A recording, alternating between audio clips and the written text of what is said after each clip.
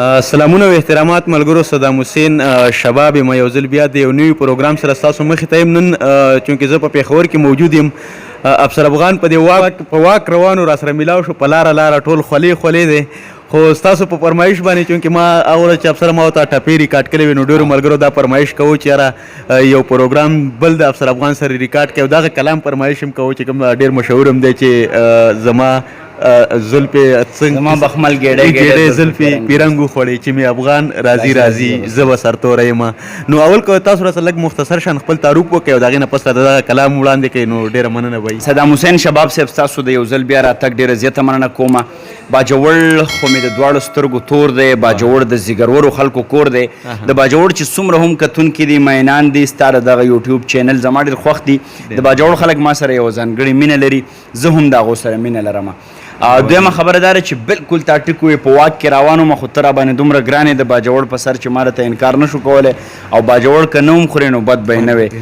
نو شباب جانه سجاد ژوندون وایي چې داسې راخیږي د دې غرونو له جماله خوشبو، هر سړی دا وایي چې ماله خوشبو او څه په موده پس د مستي وکړه خولې د کوزان، څه په موده پس د راویښه کړه پرکاله خوشبو.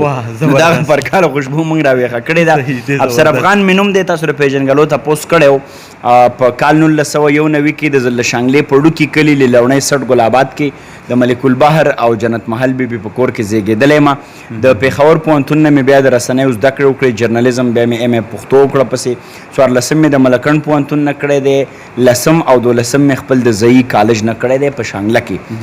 او دغسې بیا د صحافت په دنیا کې هلې ځلې کوو، د ادب په دنیا کې هلې ځلې کوو، بیا بهر هېوادونو ته په بېلابېلو پروګرامونو کې لاړو، او اوس هم زه د خیبر پښتونخوا ریډیو براډکاسټرز فورم ستر سکتر په حیث باندې کار کوم، او ریډیو پاکستان کې هم کار کوم. ډېره مننه افسر افغان بھیا. هغه کلام کوم چې تاسو ته ما وویل چې زما ګېډې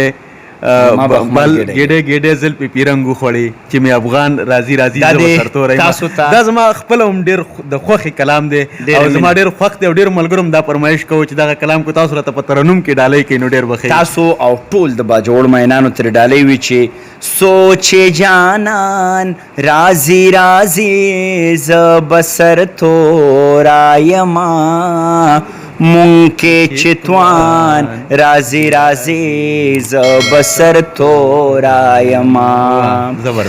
زما بخمل ګېډې زلفې فرنګ وستې چې عجب خان رازي زه به سرتوره یما، مونږ کې چې توان رازي زه به سرتوره یما.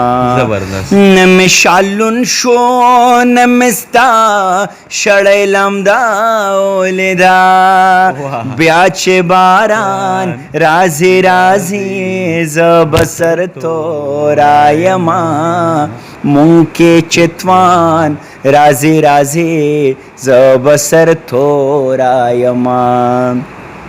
د قندهار د پیغلې چغه تر خیبر راغله، زمونږ چې ځوان رازي زه به سرتوره یما، مونږ کې چې توان رازي زه به سرتوره یما.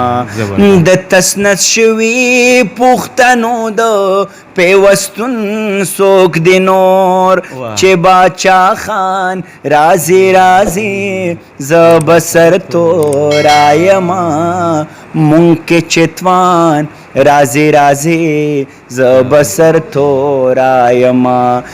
دا غټې رڼې اوښکې دا سبق ورکوي چې مې افغان رازي زه به سرتوره یما، مونږ کې چې توان رازي زه به سرتوره یما. زبردست. ډیره مننه افسر افغان بھائی چونکې ګرمي هم ډیره سیوا ده خو ډیر خوند یې وکړو او هغه شان په موډ کې نه وي کله چې نور که تاسو ډېر کې کلامونه ریکارډ کوئ وایي چې د پشکال ګرمي په زور شوه زلفې د غونډې که چې نه دي تنګوي نه او بیا ستا انتظار د سایبیریا د جیلونو نه یخ زه چې اور واخلم پیښور شم نو غزل ولیکم په دې اور کې به څوک څه وایي دا خو بیا هم ستا مینه وه ډیره مننه او دا ملګرو افسر افغان چې تاسو ته په ترنم کې ستاسو د خوښې کلام واورو انشاءالله زه په پیښور کې یم او بیا به بل کلام ریکارډ کوم په ټیم کې خو ګرمي ډیره سیوا ده او د واک نه رانیولی دی په خپله زه هم ټول خولې یم امید کوم چې ستاسو به را پروګرامونه خوښیږي ډیره مننه